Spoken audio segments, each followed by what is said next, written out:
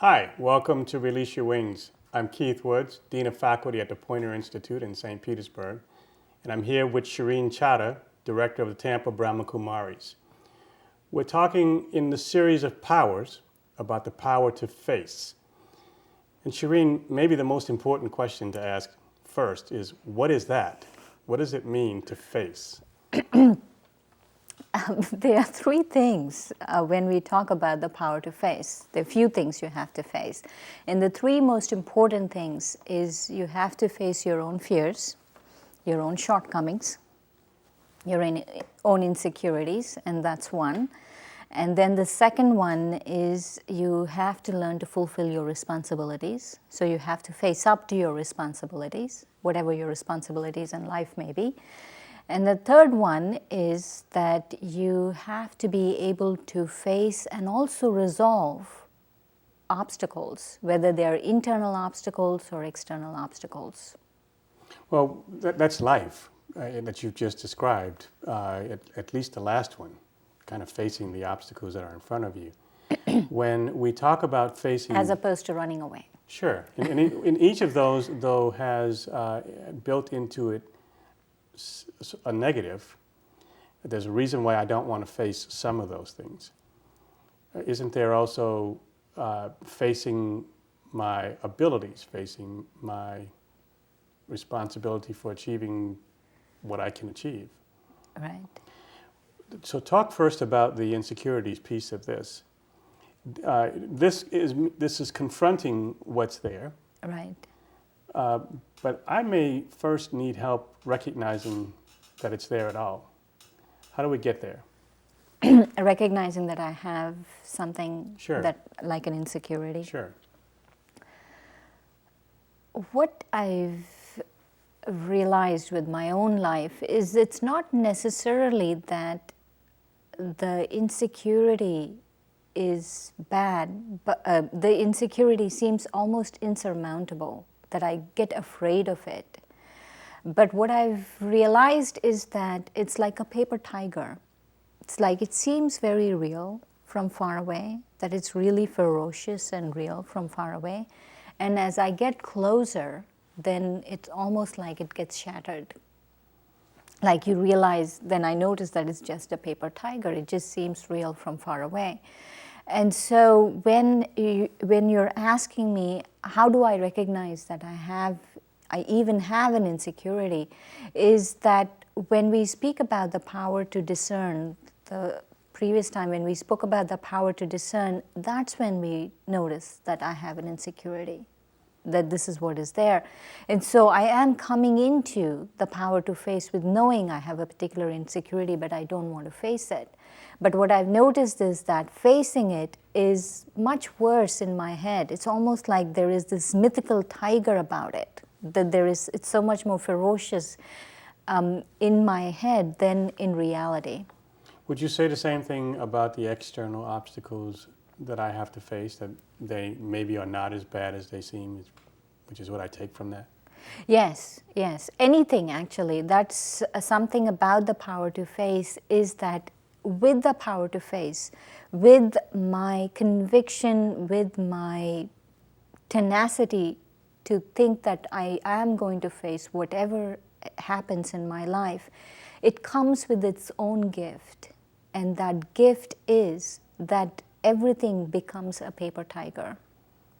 And it just seems to come with that gift because it's kind of like the universe helping you out.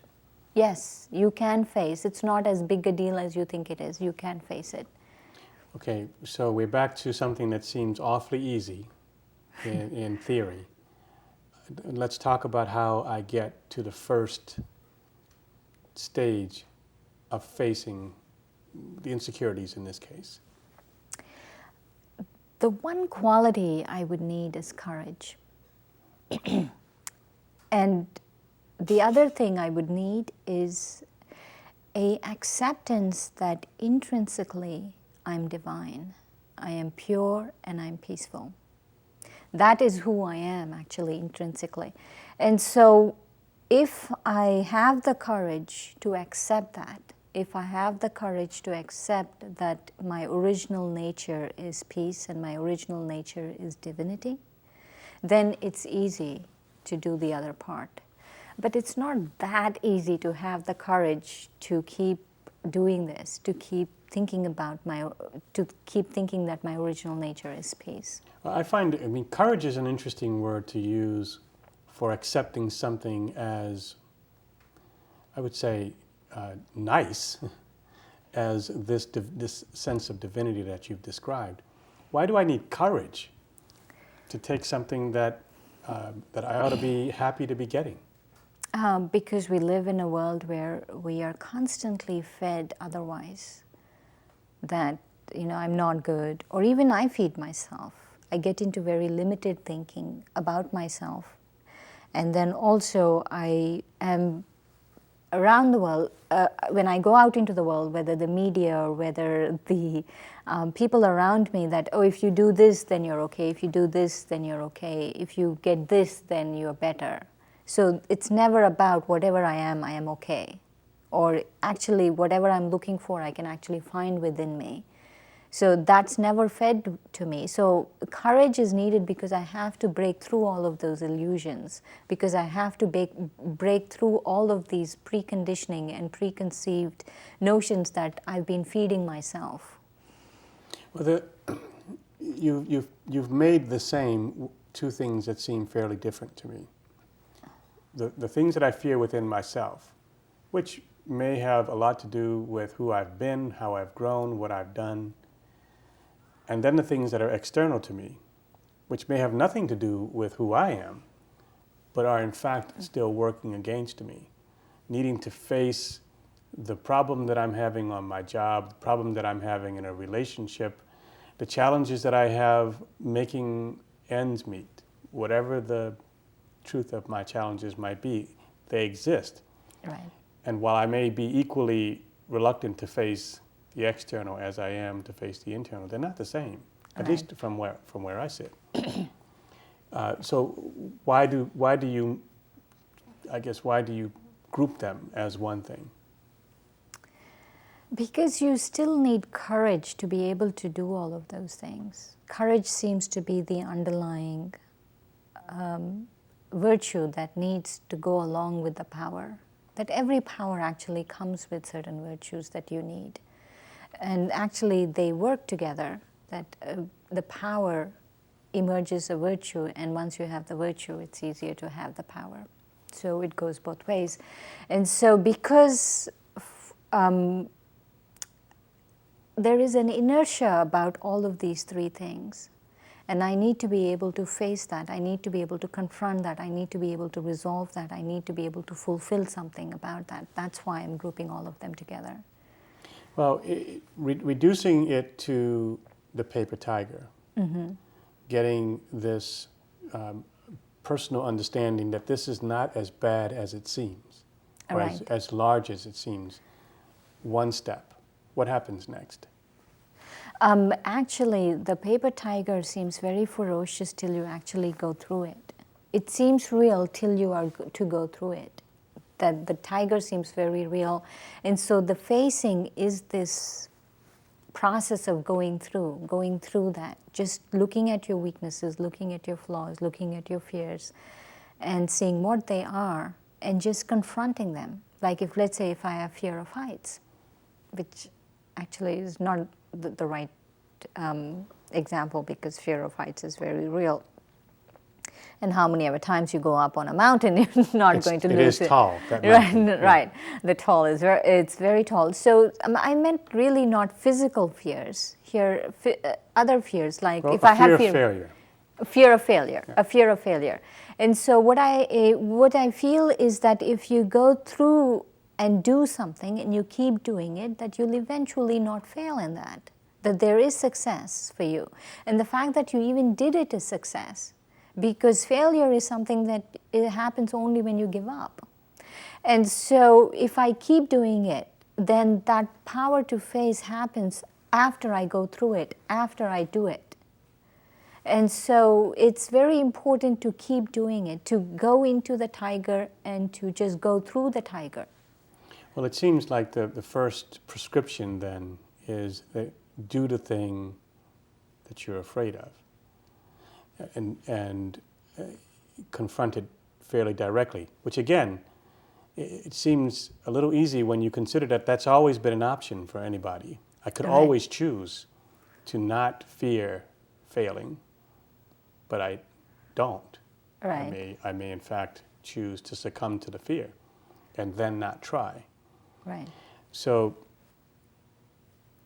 are you saying the answer is in my question that, look, you've got to try, and that's the answer? No, actually, it's not.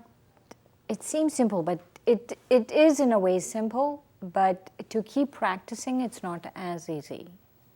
It's simple, but it's not easy to keep practicing it. And this power to face is the yin and yang of the power to tolerate. It's the opposite of the power to tolerate.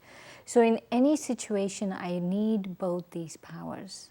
And Contrast them for me, the power to tolerate versus... the power to tolerate is whatever is happening, I'm just accepting it. I'm just going along. I'm giving a lot of love to the situation. I'm giving a lot of love to the people in the situation. I'm not doing anything. I'm not confronting people. I'm not facing anything. I'm just, accepting it, and I'm giving. And the power to face is the power to just face something and step away and not do something or do something else. While the power to tolerate is you keep doing it. You keep whatever it is that you have to do. And so the power to face is the opposite of the power to tolerate. And in any situation, you need both these powers. But the important thing is you have to decide when you need the power. And so you need to know when you need the power to, when you need to use the power to face and when you need the power to tolerate. Because if you keep tolerating and not face, then you could totally be a doormat. And so you have to learn to face. And also recently, something happened where I was driving on a road and it was close to a river and there was a turtle crossing the road. And as soon as it heard my car, there were no other cars around. As soon as it heard my car, it just kind of froze and went into its shell in the middle of the road. And so I had to brake the car, I had to stop the car in the middle of the road and get down, and I had to go tell the turtle, this is the wrong time to be doing this. You have to face and move on. Well, I want to know how that conversation went. So, of course, the turtle being the turtle kept, withdrawing and being in its shell, so I had to pick it up and move it out. And so we have to not be the turtle all the time. We have to learn to face, we have to learn to move on, like cross the road to do whatever I need to do. And I also have to learn to tolerate, because at that moment if the turtle said, oh, I'm just sitting here and I'm giving of myself on the piece of the road, someone will run over him. And so you can't do that either. And so you have to be really careful about what you do in any situation. Well, in facing, the other word that you've used in that discussion is confronting. And that seems to me to require a set of skills. How to handle that, how to handle the confrontation, either with yourself so that you survive it, or with someone else who's in this situation with you. So in the discussion we had about tolerating, I'm looking to the person with whom I'm in a confrontation, for example, and I'm asking, what do they need? Right. And I'm trying to figure out what I need to give, as you said.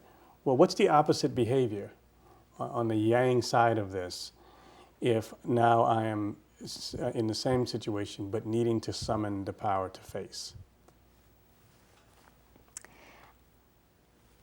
I would say that I need to overcome limited thinking, limited consciousness, whether it is I'm just thinking of just that one particular situation and not thinking the larger picture, or I'm not aware of my own divinity at some point.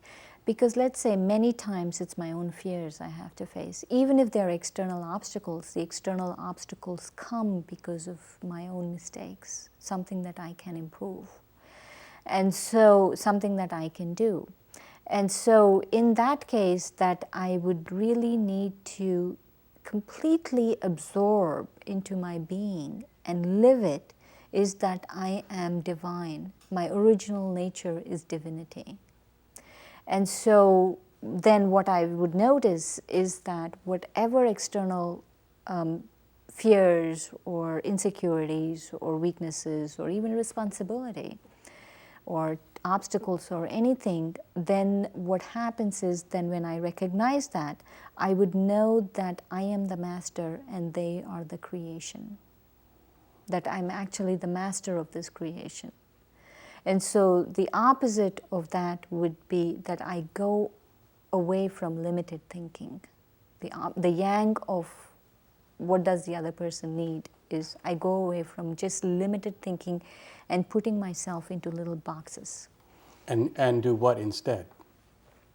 To think of my divinity, to think and accept that I'm peaceful, to think and accept that in my original core essence that I'm actually pure, I'm full, and the most important thing is to accept my own power in any situation, that I'm actually very powerful.